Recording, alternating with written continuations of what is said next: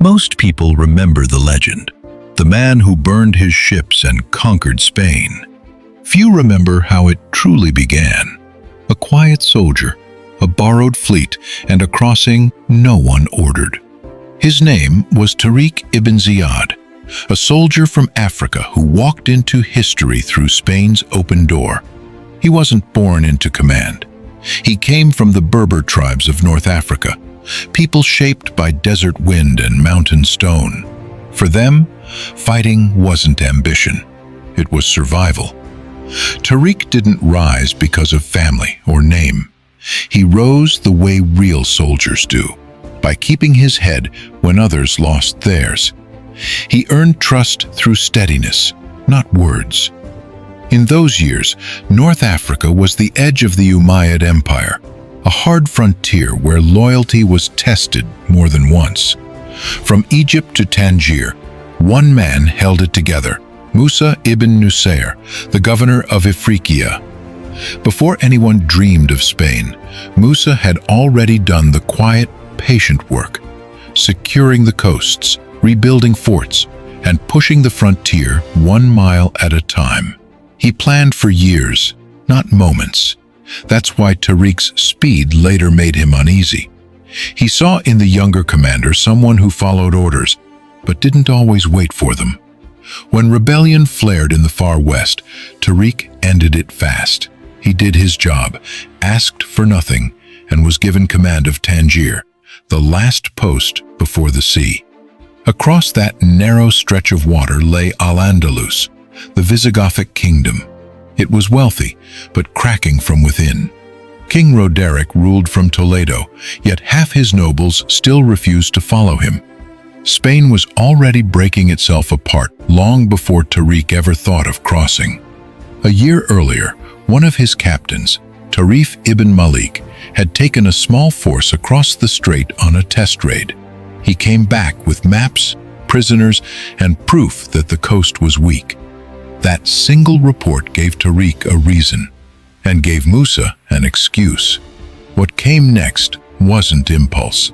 It was a careful step, taken by men who saw opportunity where others saw risk.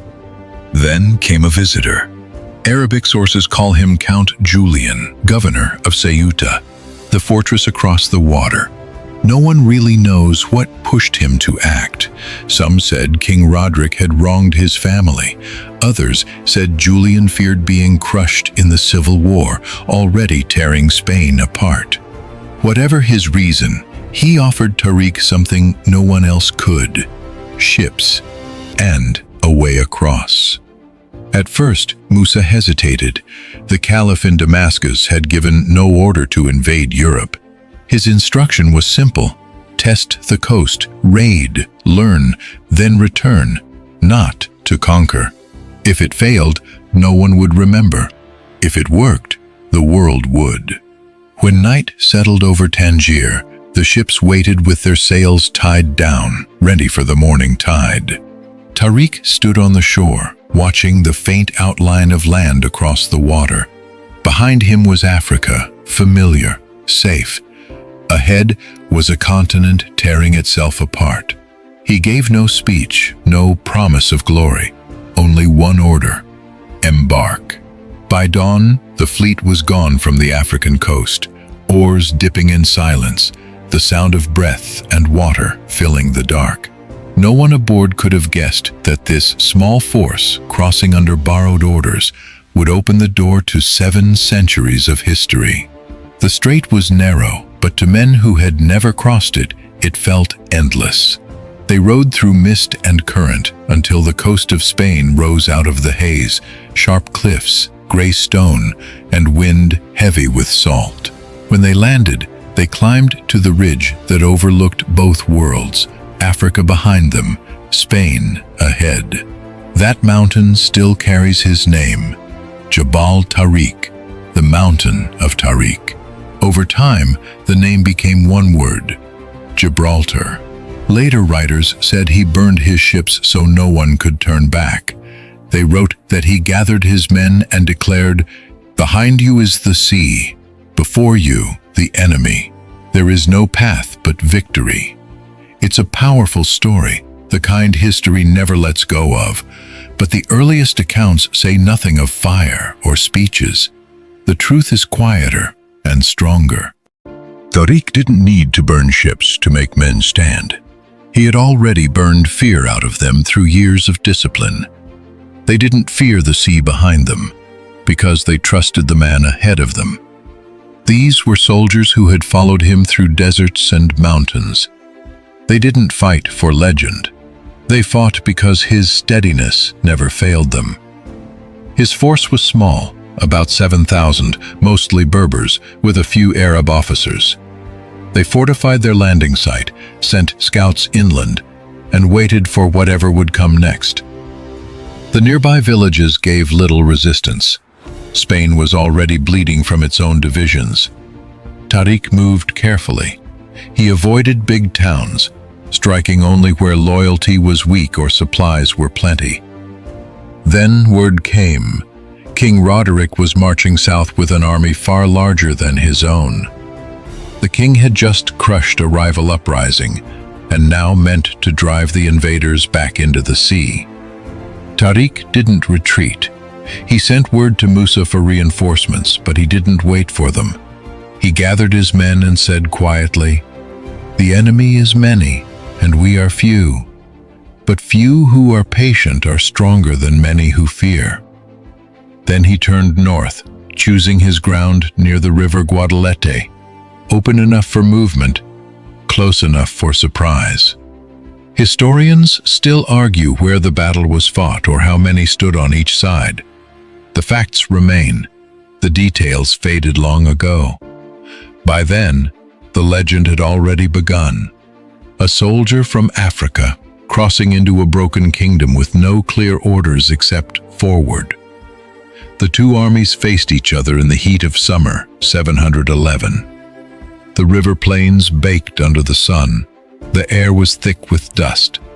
Ṭāriq's men, 7,000 at most, looked across at ranks that seemed to stretch for miles.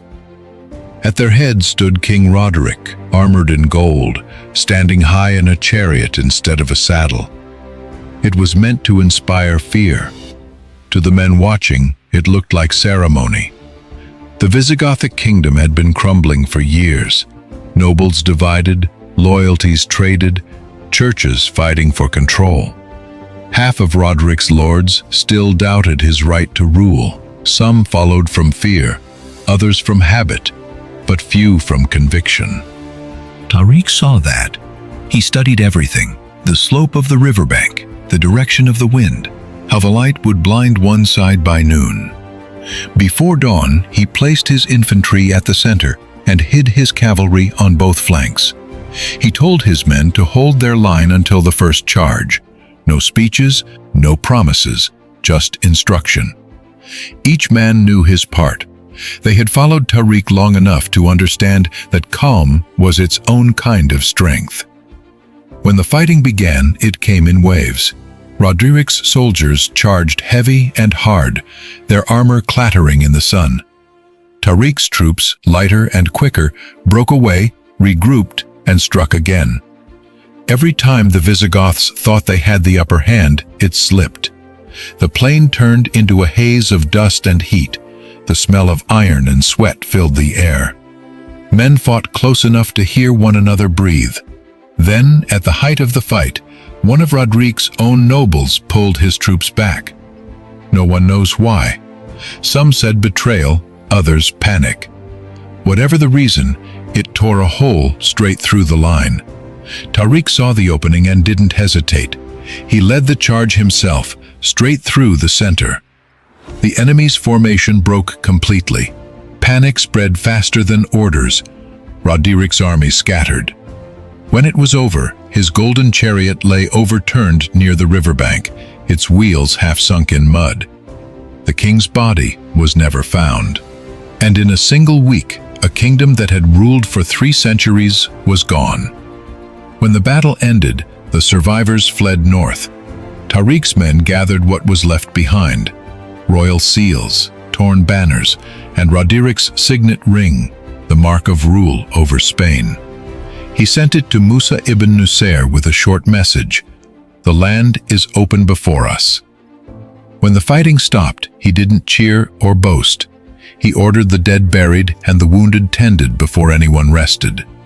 To him, victory wasn't celebration.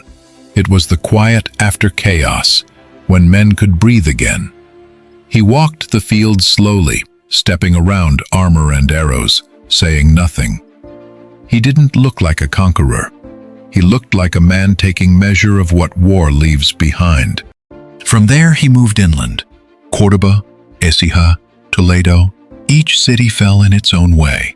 Some surrendered at once. Others waited until their walls meant nothing. Ṭāriq didn't try to hold every place by force. He moved where resistance was weak and paused where it wasn't.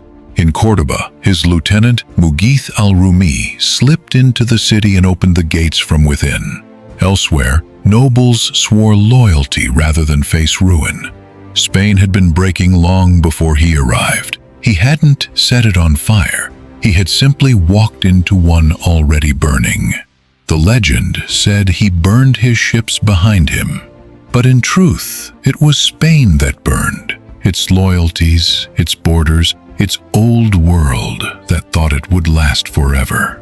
News moves fast when it carries power. When word of Ṭāriq's victories reached Ifriqiya, Musa ibn Nusayr could hardly believe it. A few thousand men had crossed a strait, defeated a king and taken a kingdom, all without a single written order. In Damascus, the caliph's court greeted the news carefully. The victory was undeniable, but the question behind it was larger. Who had truly conquered Spain? The empire, or a Berber commander acting on his own? Musa was loyal, but cautious. He understood how quickly praise can turn to suspicion.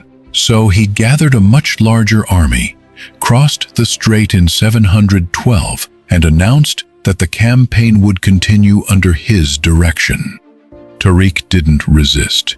When his governor arrived, he rode out to meet him, offered the spoils, and stepped aside.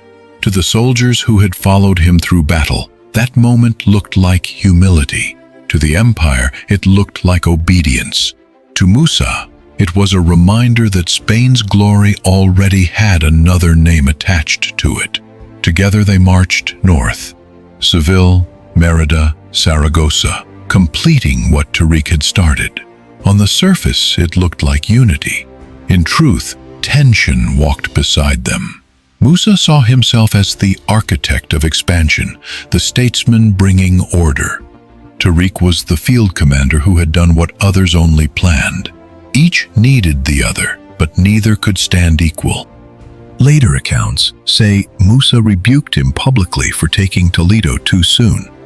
Some claim he even stripped Ṭāriq of command for a time. No source agrees on the details, but every version shares one fact. The conquest had already been won before Musa arrived. When orders came from Damascus, both men were summoned to report their success. It sounded like an honor. They both knew it was a test. Empires reward victory with ceremony and suspicion. Before leaving Spain, they stood together one last time in Toledo. One had sent the fleet, the other had crossed it. They had changed the map of two continents, yet neither knew how they would be received at home. The soldiers who watched them depart said little. They had seen enough to understand that the road back to power's center is often where legends disappear. By 714, the summons could no longer be delayed. It came sealed with the caliph's mark, formal, final, and impossible to ignore. Both Musa ibn Nusayr and Ṭāriq ibn Ziyād left Spain with treasures and captives, traveling east across North Africa. Each mile between Toledo and Damascus seemed to shrink the size of their victories. When they reached the capital, glory had already moved on. Caliph al-Walid was gravely ill, and his brother Sulayman was waiting to succeed him. The timing was cruel. Musa delayed his arrival, hoping to present his spoils under the new ruler. In the language of courts, timing is loyalty, and he had chosen wrong. The palace no longer saw heroes, it saw generals whose fame stretched too far. When Musa entered Damascus, he brought gold, silver, and the royal banners of Spain. He expected gratitude. Instead, the caliph received the treasures, offered no praise, and ordered him to stand aside. The man who had carried Islam to the edge of the Atlantic was stripped of office and confined to silence. What followed was harder than any campaign. His sons, who had helped lead his armies, were taken from command, some imprisoned, others killed in later intrigue. The empire he had expanded now treated his name as dangerous. He was left without wealth, without rank, and with only a handful of old companions who still dared to visit him. He died not long after, somewhere near Medina, according to most reports, far from the cities he had conquered, buried quietly, without ceremony. For a man who had spent his life building frontiers, it was an ending that felt smaller than his service. But that was the way empires often closed their chapters, by forgetting the hands that wrote them. As for Ṭāriq ibn Ziyād, the record grows thin, not by accident, but by design. When Musa fell from favor, those who had followed him were quietly set aside. Suleiman ibn Abd-al-Malik, now caliph, had no use for soldiers who had won fame under another man's command. The new court wanted loyalty without legend. Ṭāriq had both courage and reputation, and that made him inconvenient. Some say he was dismissed from service and left to live his final years in poverty. Others say he remained in Damascus, kept under watch to ensure he caused no ripple in the capital's order. No letter bears his hand. No grave carries his name. It is as if the Umayyad court turned its face away the moment his work was done. He had crossed a sea, toppled a kingdom, and changed the shape of the world, yet his life ended without title or trace. His victory had grown too large for comfort, too independent for praise. The caliphate claimed the conquest, renamed it its own, and allowed the man who achieved it to vanish from the record.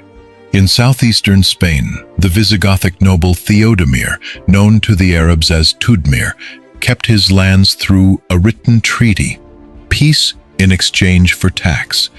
That agreement spread faster than banners, showing how conquest turns into rule once the fighting ends. Later writers filled the silence with stories. Some said he died in chains, others that he faded into old age and poverty. No one can say for certain. What remains is not his grave, but his absence, the kind that follows when power thanks you by forgetting. Centuries passed. Kings rose and fell, banners replaced, and languages blended, but the mountain never changed. The place where Ṭāriq ibn Ziyād first stepped onto European soil still carries his name, Jabal Ṭāriq, the mountain of Ṭāriq. Over time, the name softened into one word, Gibraltar, spoken by millions who never knew the man whose footsteps gave it life and meaning. That rock became his only monument. The caliphs erased him. Chroniclers stopped writing his name. But the land remembered. The stone held what history chose to forget. For centuries, storytellers kept the legend that he burned his ships and told his men there was no way back. Maybe they needed that version more than the truth, because the truth was quieter and stronger. He didn't need to burn ships to make men stand. He led soldiers who already knew there was no road behind them. He showed that real strength isn't proven by destruction, it's proven by conviction. He was a Berber commander from the empire's edge, leading men from many tribes who shared no language, but shared his trust. He crossed the narrowest of seas and opened a world no one thought could fall. In the end, the rulers of Damascus took his victory and gave him nothing. No title, no wealth, not even a grave history could find. But what they couldn't take was his name, carved into the rock that still looks out over the water he crossed.